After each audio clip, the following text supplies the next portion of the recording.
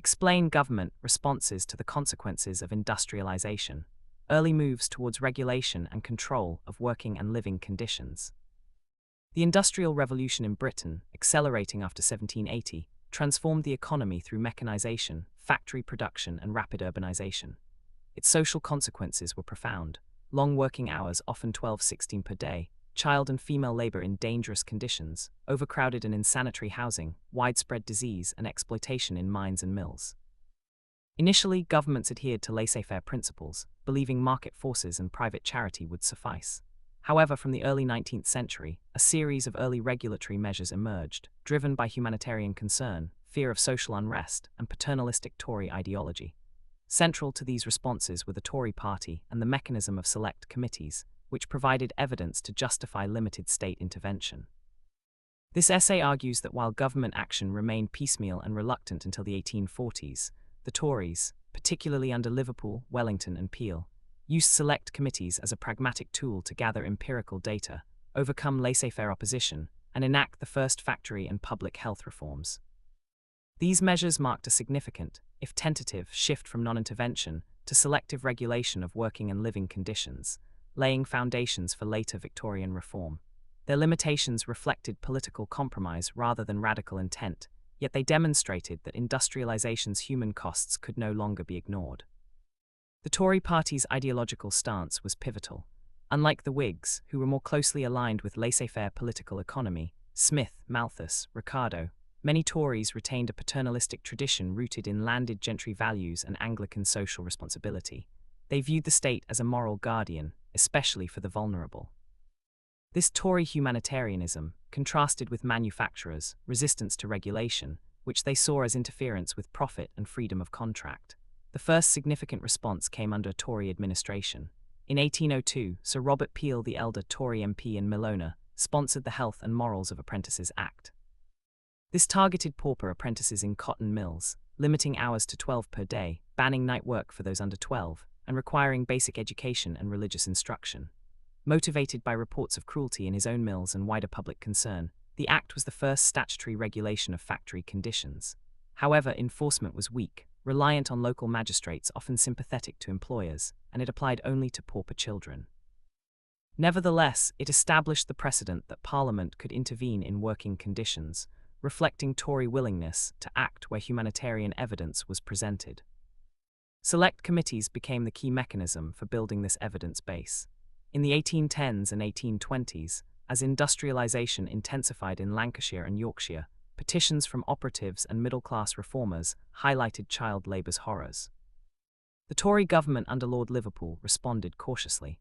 The 1815-1816 Select Committee on the State of Children in Manufactories, chaired by Tory MP Michael Sadler, heard graphic testimony from child workers. Witnesses described deformed limbs, stunted growth, beatings, and 14 16-hour shifts. Sadler's committee report, 1816, recommended limiting hours for children under 10 and prohibiting night work. Although the resulting 1819 Factory Act, under Tory Home Secretary Sidmouth, was diluted, setting a 12-hour limit only for children aged 9-16 and excluding small mills, it demonstrated how select committees allowed Tories to legitimise reform without appearing radical. The committee format gathered cross-party evidence, neutralised accusations of bias, and provided parliamentary ammunition against laissez-faire critics who demanded proof of harm. By the 1820s, pressure mounted. The 10 Hours movement, led by Tory-aligned reformers such as Richard Osler, the Yorkshire Slavery, and John Fielden, demanded further regulation. Osler's 1830 letter to the Leeds Mercury compared factory children to West Indian slaves, striking a chord with Tory paternalists. The 1831-1832 Sadler Committee, again chaired by Michael Sadler, Tory MP for Leeds, was more influential. Its report, based on over 80 witnesses, many children exposed systemic cruelty, children chained to machines, fed on potato parings, and suffering respiratory diseases. Sadler's emotional speeches and the committee's detailed minutes provided irrefutable evidence. Although Sadler lost his seat in 1832, the Whig government under Grey was forced to act. Althorp's Factory Act 1833, passed under Whig administration but with strong Tory support, prohibited employment of children under 9, limited 9-13-year-olds to 9 hours, and appointed the first factory inspectors. Crucially, the Act owed its passage to the momentum created by Sadler's Tory-led Select Committee. Historians such as E.P. Thompson note that without such inquiries, laissez-faire ideology would have blocked reform longer. The Tories' use of select committees thus bridged humanitarian impulse with political pragmatism, turning public outrage into legislative action. Living conditions also demanded attention. Rapid urban growth created slums in Manchester, Liverpool and Leeds, with cholera outbreaks 1831-32, killing thousands. Edwin Chadwick's 1842 report on the sanitary condition of the labouring population, commissioned by a select committee under Tory influence, exposed filth, poor drainage and high mortality. Chadwick, a Benthamite but working with Tory ministers, argued that insanitary conditions bred disease and inefficiency, threatening social stability. The Tory government under Peel 1841-46 responded with the 1844 Factory Act, further reducing women's and children's hours and improving ventilation, and the 1848 Public Health Act. The latter established local boards of health, empowered to enforce sanitation. Although permissive rather than compulsory, reflecting ongoing laissez-faire resistance, it marked the first systematic state intervention in living conditions. Peel's Tories, facing Chartist unrest and the Hungry Forties, recognized that unregulated industrialisation risked revolution. Select committees had provided the factual basis. Without their reports, Parliament would have lacked the empirical justification to override economic orthodoxy.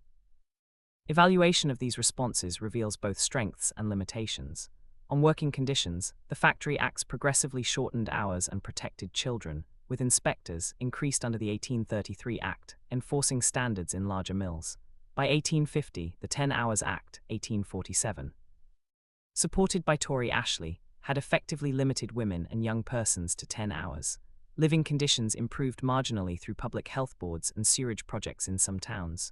However, enforcement was patchy, small workshops evaded inspection, and agricultural labourers remained unregulated. The Mines Act 1842, banning women and boys under 10 underground, followed another select committee report on mining horrors, yet child labour persisted in other sectors. Laissez-faire arguments from manufacturers, e.g. Nassau Senior, last-hour theory diluted many bills. Moreover, reforms were reactive. Tories acted partly to preempt radicalism rather than from pure altruism. Ashley, Lord Shaftesbury, after 1851, himself admitted legislation was a necessary evil to avert greater evils. Politically, the Tories' role was double-edged. As the party of order and hierarchy, they feared the moral decay of the working class and the threat to social stability posed by an unregulated proletariat. Liverpool's government, 1812-27, balanced repression, 6 Acts 1819, with selective reform. Wellington's ministry passed the 1829 Catholic Relief Act, but also supported factory inquiries. Peel's second ministry, 1841-46, combined Corn Law repeal with factory and mines legislation, showing pragmatic conservatism. In contrast, Whigs were more ideologically committed to laissez-faire until humanitarian pressure forced compromise. Select committees were the ideal Tory tool, investigative, non-partisan in appearance, and evidence-led, allowing gradualism without conceding to full state socialism. The consequences of these early moves were significant. They established the principle of state responsibility for industrial welfare, influencing later reforms, e.g., 1870s public health, 1906 liberal welfare. Working hours fell, child mortality in mills declined, and urban sanitation began improving in inspected areas. Yet living standards remained poor. Engel's Condition of the Working Class, 1845, still described squalor. Reform was limited by fiscal caution, employer resistance, and the belief that excessive regulation would harm competitiveness. Full marks in the CAIE mark scheme require recognition of this tension. Government responses were genuine but constrained by ideology and class interests. In conclusion, early government responses to industrialization's consequences represented a cautious departure from laissez-faire. The Tories, guided by paternalistic conservatism, used select committees as the primary instrument to document abuses and legitimize intervention. From Peel's 1802 Act through Sadler's committees to the 1840s factory and public health legislation, these inquiries provided the factual and moral case for regulating working hours, child labour, and urban conditions. While reforms were incremental, compromised, and unevenly enforced, they demonstrated that Parliament could, and would, act when evidence of suffering was overwhelming. The Tory Select Committee axis thus bridged humanitarianism and pragmatism, mitigating the worst excesses of industrialisation without fundamentally challenging its capitalist foundations. By 1850, the state had asserted limited control over working and living conditions, setting a precedent for the more interventionist new liberalism later in the century. These early moves saved lives and improved conditions for thousands, yet their partial nature also highlighted the limits of Tory paternalism in an age of rapid economic change.